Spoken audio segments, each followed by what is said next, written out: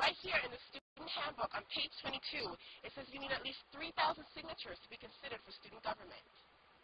Now, we tried to get in touch with Pettiford for comment, but we were unable to. But you can cast your ballot at the Memorial Student Union Exhibit Hall, March 24th, for the EC general election, and on March 31st to vote for your president. Herman Gutha is proud to pop the hood on this car, not because it's brand new. It's a Saturn Vue hybrid, and that means it's environmentally friendly, and it's going to save the city some cash.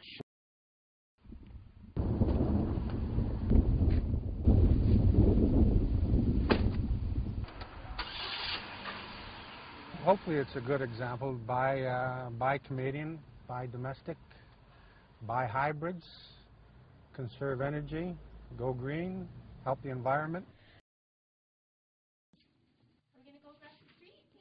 Across the street, Michelle Hanna is getting her kids ready to show them the location of their new school.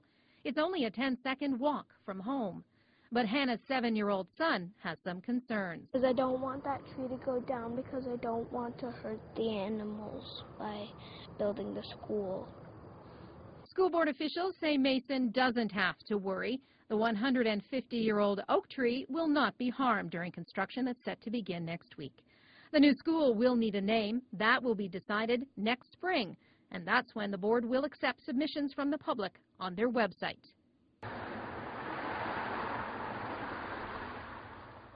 For Pardeep Sangara, every stride counts. She's running to raise $110,000 to help sick children in hospitals across Canada.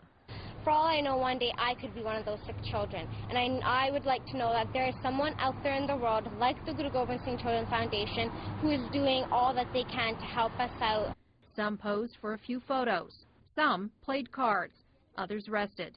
And after 22 days of running and 39 more to go, the team is still motivated to bring change to their communities. Their next stop is Queen's Park, where the group will present the Sick Kids Hospital with a $5,000 donation. This could have totally been avoided. The fight that stimulated between the two boys was stupid. Like, it didn't have to escalate to this. The incident occurred in the Birchcliff and Lakeview Park area. Diane Thomas says the youth in her community are bored and have nothing to do. She says lack of activities can lead to teen violence, and she's tired of nothing being done about it. Thomas is calling on the government to step in. Make programs available for the kids. Then that way they're occupied and they don't have to go through this. A 17-year-old suspect is facing 3 charges, including assault causing bodily harm. The suspect was released on bail with conditions Wednesday morning. The victim is now at home recovering from injuries. Emergency crews were called to the Hang Gliding Academy in Brome just before noon after a pilot crashed. He was an experienced pilot who took off and it was a kind of a fluke accident. He either got hit by a crosswind or a little bit of a thermal taking off. It was right on takeoff. He was probably only 10, 15 feet off the ground, came in a little awkwardly, and he just broke his arm. An air ambulance was originally dispatched to the scene but later called off after crews determined the injuries were not life-threatening. Natalie Ballinger heard about the crash as she drove to the academy for her lesson. I mean, there's risk with everything. I mean, you sign the waivers. I understand the risk. I mean, there's risk in everything. I mean, people get killed on the highways all the time. And everyone still drives. I mean, it doesn't stop anybody else. I mean, it's just an experience. I wanted to spend the money. I mean, it was worth it. Back in 2006, a hang glider was killed at this location after landing in overhead wires.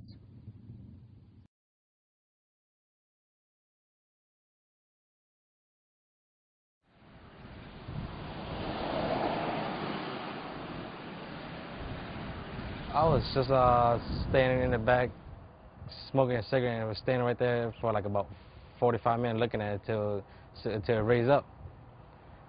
Like I thought it was the sun, so I just stood there, kept on looking until my dad said it's an oil rig. It was on the east side right here, and it was all the way down like about 30 miles away, like a little orange dot.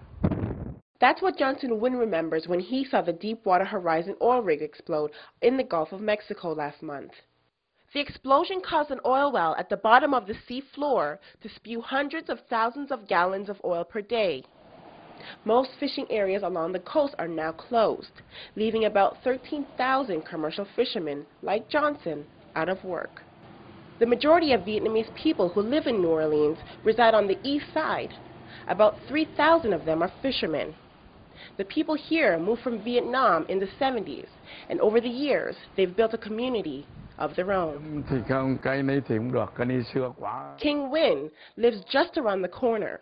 He's been fishing all of his life, but now his fishing equipment sits idle. We really based on shrimping to bring money and food for the house, for the family.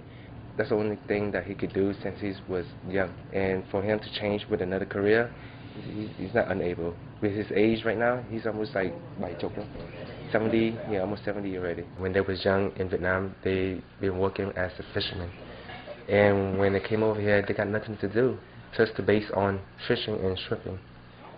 Win's boat is docked at a pier near his house, and since the spill, he has to start the engine weekly to prevent it from failing because of a lack of use.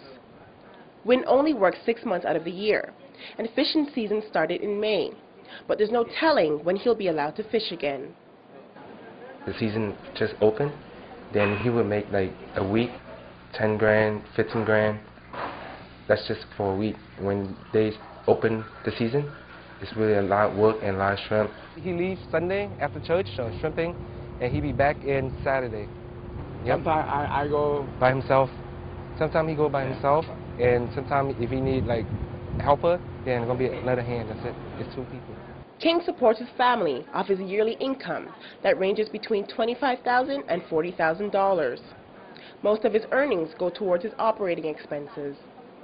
Win said these days he and his family have to eat sparingly to get by.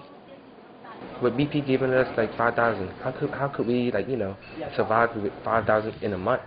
But for him to go shrimping, and my dad go shrimping, it's like they make over 10,000 a week. But the way how the things going now is really hard for them. No more fish, no more shrimp, and they ain't gonna make no money, and they all gonna be unemployed.